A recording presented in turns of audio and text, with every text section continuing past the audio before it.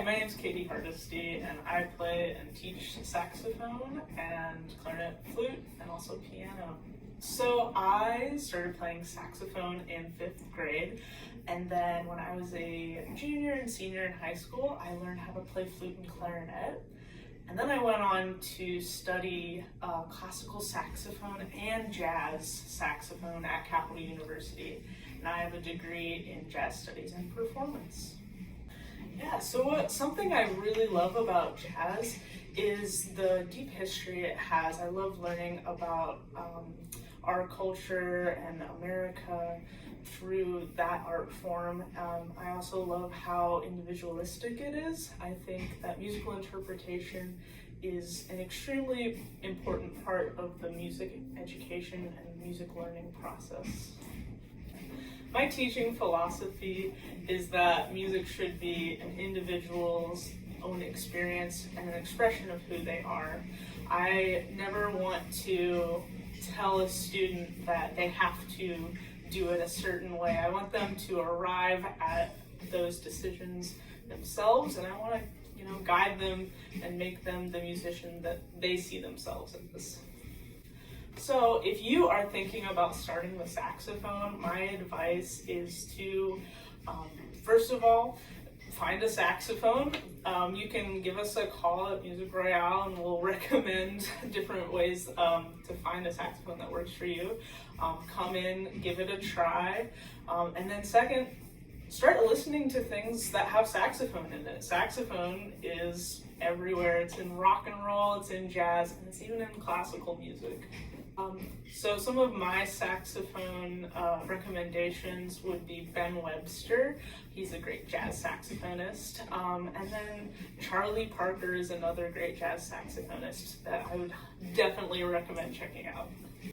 I play pretty consistently with the Rick Burnetto Big Band. That's Friday nights at the Valleydale Ballroom. And then I also, every once in a while, I will get called to play gigs for in and around Bexley, a part of Capital University, and in different places in Ohio. So keep a lookout for where I'm playing. So I also am on a few recordings. If you go on Spotify, look up Adrian Supes.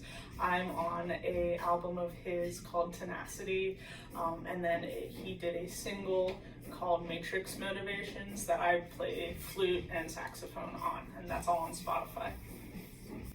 So if you're thinking about music as a career, I would definitely reach out to people that you know that also love music. One of the greatest things about living in Columbus and even in Ohio is there are a lot of people that love music, and even if they don't themselves play, they can a lot of the times show you different ways that you can bring your music to different communities. I grew up in a very small town, and I was able to start playing music professionally starting at a farmer's market. So if you're interested in playing music professionally or just getting out there, performing more, start reaching out to people that are in your community, and I know they would love to hear you. I think that definitely as you pursue your interest in music, it's important to stay connected to the sort of music that you like. All of it is important. It's what makes us who we are, and again, it's all about community. Finding other people that love the music that you love, and also talking to people about music that you haven't heard of. That's a great thing to do, is just try and broaden the sort of music that you listen to. Sometimes you'll surprise yourself with the things that you'll find.